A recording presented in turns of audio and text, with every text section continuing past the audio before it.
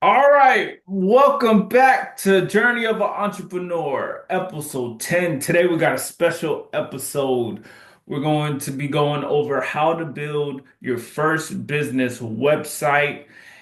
Even if you don't have any experience, we're going to be going over a three-step framework that will allow you to build your website and get started on your journey to creating financial freedom and a better life. So, I got here today my co-host, co-founder, Carlin Humphrey.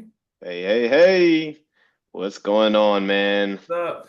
So the three-step framework, first we're going to go through infrastructure and finding different things, get your domain. The second part, we're going to go over scouting, seeing what the competition is doing, seeing what successful business websites are doing. And then the third part is hacking. So we take different parts of different websites, seeing how it can apply to what we're trying to do and then implement it into your website and hopefully have success. So, all right, Carlin, let's kick this off. All right. Yeah, so I'll just talk about my very first website. I was in college and I was taking a class where our professor, he was a former or a business owner, and he showed us how to create our very first website. So I did a little tinkering and realized that it is a lot simpler than what you would expect, but there are some things to consider whenever you are building your website, from how your pages are spaced out, whether you have too much content on a page or too little content, to where there's nothing on there, obviously. So there's different factors that play a role whenever you're building your website and thinking about, like, what do I really need on there and how is it providing value to my customer. So yeah, with that, I think a great demonstration of going through a website, or the website creation process, would really help. So the first thing to consider, and what we considered when we were building our website, is which website builder do you want to use. There's a lot of different companies out there. You have Shopify, which is what we use. You also have WordPress, Wix. So these are all different website builders where you can go in, you sign up, and ultimately you start working on building your website through those platforms. And I can actually, let's go in. Da, da, da, da, da. Oh, let me share my screen 1 second. Okay. Now, when we go and we type in, let's just say Shopify, and you can see their website, right? And they have different features. You have the pricing. You can see a lot of times they'll have a great marketing ploy whenever you're looking through the pricing. So this one is start for free, then enjoy your first month for $1. And you can see down here where they have different options where you can, start small, and for just solo entrepreneurs, it's only $29 a month. So not something that'll obviously break the bank. If you have something or a business where it requires, a bit more robust features, it'll go to $79. The advanced features, and obviously the plus for more complex businesses, starts at 2,300. So you have different ranges, and these different features, or these different plans, will allow you to have a bunch of different features for your website. And so it's just something to consider based on what your business needs are, to choose the correct plan for you. But most of the time, when you're first starting out with a business, you'll want to go with the basic plan and then move on up to the higher plans as your business grows. Now, another thing to think about whenever you are starting a business is, what domain name do you want? And so if you're wondering what the domain name is, that's basically this Shopify.com right here, right? What do you want the name of your website to be, and what you want your customers to search for? Atai, I know we there was a lot of discussion of what our domain name should be, and I mean, we looked at a lot of different domains. Unfortunately, a lot of them are taken already because obviously the internet's been around for a while, and a lot of times people buy domain names where they don't even have a particular business, but they just buy the domains so that in the future, if that if that name becomes popular, they will go in and sell that domain name to a business that's interested. And so, quick little question for you, Ty. Okay. So, what? So these are some companies where the domain names were sold for a pretty large amount of money. For the domain name casino.com, how much do you think it sold for? Well, casino.com with nothing else added. It's a very, very high value Mm-hmm. domain. So I Mm-hmm. would guess probably 500,000, maybe more.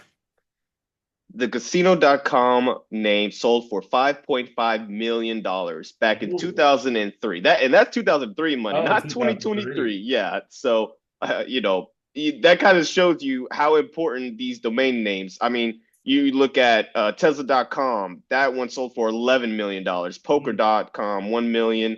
Cars.com sold for $872 million back in 2015. So, We're in the it goes. wrong business, Carlin. We need to buy those Hey, still domain names. yeah, yeah. I mean, that is again, that's what some people do is I mean, it's kind of a crapshoot at times, but if you go in and you get the right name, that name has value to it. So whenever Mhm. you're, going through and you're talking with your business partners, it is an important conversation to search for the right domain name for you. And these websites or these website builders, they will allow you to search for these domain names and to show which domain names are available right now and which ones are taken and which ones are up for sale even. So I think we were looking at one domain name for our business, but it was on sale for I think $23,000 at the time. So Mhm. that was a little rich for our blood, but we ultimately found another domain name that we really loved at a much better price for us. So just things to consider whenever you're going in and you're building your website. What's your budget for the website? I know also, just yearly maintenance, like for your domain name, in order to keep that domain name, you'll want to make sure that you're paying for that domain name each year. So, and typically it's not a lot of money, but it just some more things to consider is what your budget is for building a website. So after you've basically gotten the domain name and you've figured out which website builder that you want to use, it would be a simple process of going through the sign up and ultimately you would just once you finish that, it's time to get started with actually building out the content within your website.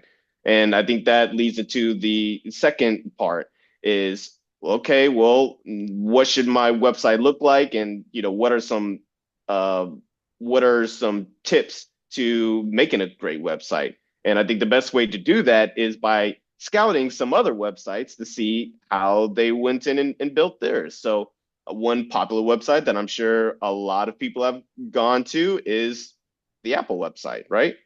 So, Ty, I'll ask you this. When you see this apple.com website and you see the homepage, what kind of stands out to you from just the first thing? This is the first thing that you'll see whenever you go to their website.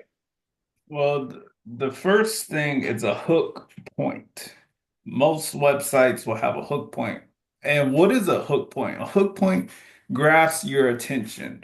And, you're on their website for a certain reason. And, the that reason is what they're trying to get you to stay on for. It's a holiday time around Christmas, so they got a hook point. They probably have holiday sales or something. or discounts and stuff. So this hook point, they probably changed it from, a couple of weeks ago, but it says there's still time to work your magic, wrap up the holiday gift lists. They know people are busy, last minute shopping. Apple is a great gift for a lot of people. So that's what Hmm. stands out to me. But also when you're scouting, and which we'll go into later, make sure you're scouting websites that kind of align with your what you're doing. Because some things may not work in other industries, but there's some underlying things like a hook point that um when you tweak it to your niche, that it'll still work. But like the page layout, kind of observe the hook points, the different things that catch your eyes. And so when you try to implement it to yours, you can kind of do the same. Yeah, definitely agree. And one thing from a aesthetic point of view, right? So you see how everything is in the center pretty much, and it's centered, it's focused on one area. One thing to whenever you're building your website, what I had to learn is you want to make sure that you're consistent with where your user is viewing their information. Like for instance, you don't want to have information to the left and then they have to move their eyes over to the right and go back and forth throughout the website. You want to keep them focused on one area. That makes it just easier for the user to go through and view your content, and it's just a lot more cleaner than having stuff all over the place, basically. And you can see they keep that consistency throughout their entire website. Again, this next section, everything is in the middle.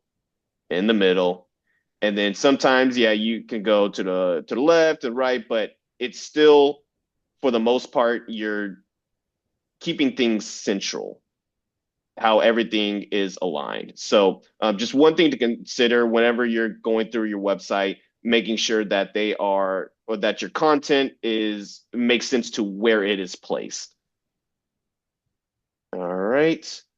And so now that we kind of looked at the Apple website, now let's look at another website. This one, like Ty was just pointing out, so you want to look at a website that's more aligned to what your industry is. So this one, for the Nike Training Club, this has some direct features similar to what our website has with Dash Wellness. And so whenever you look at the Nike training features, again, you see that everything is pretty much in the center. You can see, some of the points Ty was talking about as well was, telling a story, make your fitness habits stick with quicker options, goal settings tools, new content daily, strengthen your mindset and your muscles with free guidance. So it tells us a little bit about the features. You can see also, I don't know if you noticed some key points or some key comparisons based on the Apple website, but everything started in the middle, and then they also have where they kind of branch out a little bit and then go back to the middle. So you can see a lot of these websites that are popular, they use similar aspects within those. You can also see the website is in a nice white, clean format. Another thing that you'll want to consider is I don't know if you've ever seen a website, Ty, that's like all blue or all green, but when you color in the I guess I like to call them the white spaces with a different color, it makes it a lot harder to read the content. It's a lot more distracting for the user. So a lot of times websites will have this just nice, clear, white, background look to make it easier for the customers to view. And that's also easier for customers that potentially, have accessibility concerns. So it's just a lot cleaner to have those white spaces. And if we kind of go through briefly, this is the mistake we've done in the past, and we still need to update our website. So this Nike Run app, or training, they don't really they show kind of what they do, but if you read some of the paragraphs and stuff, um, not the people, that's the trainers. Like they're trying to produce emotion out of people. So just like in this paragraph it says, no matter where you're starting, there's a worldwide community of fun. So they're not really given a lot of logic at first. They're given emotion, no matter where you're starting. You may get to the website and like, I'm just starting out, I don't know about working out. They're touching on things that will, get people to get over the hurdle of actually trying it. So that's what you have to do because when you're first building your website and starting out, you don't have any credibility, no results, no nothing. So you have to touch on emotion and then try to persuade them by emotion and then logic and then close the sale. So Yep. Yep. Yep. So, and you can see in their homepage, right? This is again probably the first thing that they're going to see, and it's hitting those emotions first. And after you've hit those emotions, and people say, "Okay, I want to, look into this more." That's when they can go in. They click on. Let's see. We can go. Da, da, da, da. Well, I think for the Nike app, they have the QR code to scan. But once you scan into there, it'll most likely show you the actual features and talk about what they can do. But ultimately, yes, the first thing that you're going to view is the story and the passion, the ethos, like you said, Ty. So yeah. um, yeah. So with that, now that we've kind of walked through the different websites that are out there, so now we want to discuss about how to hack these, right? So um, all this is great, but how can you apply it to your website? We talked a little bit about what these websites are doing, how they're pretty consistent in what they look like, and that using white spaces, making sure that your headers are centered and very easy to go in and view. So you can take parts of these and then go into your actual website template and uh, I always like to start with the homepage whenever I'm building a website. And you could just go through and say, all right, well, for this Nike website, they start with these headers. What headers would I want within my particular website? And once you figure that out, okay, so then next they have their title and they have kind of their videos and the first thing that you really see I guess they're yeah, like they said, they're showing a video. So what do I want my first section to be? Should I have a video here? And what would that video have, display on my website? And you would just go down the line, seeing which parts that you may want to have, which parts, okay, I don't think I really need something like this. But I think that's how we went through and built our website with, just going through the homepage, and then we can go into the next section, and then we'll go from there in building out the website. So that's kind of one thing that we did. Ty, do you have anything to add onto that? No, just see what's in your niche or around your market and see what's worked for other people. A lot of times when you're starting out and entrepreneur, you want to reinvent the wheel, but don't. The wheel's been working for centuries. So just use that momentum. And once get the foundation, then you could try to experiment and do stuff outside. But yeah, when when we first started a couple of years ago on another business, I had no website experience, right? And so these different website building platforms like Shopify and other ones, they make it easier for people who haven't even wrote code before, right? So I had Carlin show me how to use Shopify and things, and then you could search. They have tutorials and different stuff. So just learn how to use the resource available. There's different AI systems. You could ask ChatGPT or a different AI system how to build this. And even if it does require code, you can say, okay, well, what code can I use to get this? So there's different things you can use. Do your research.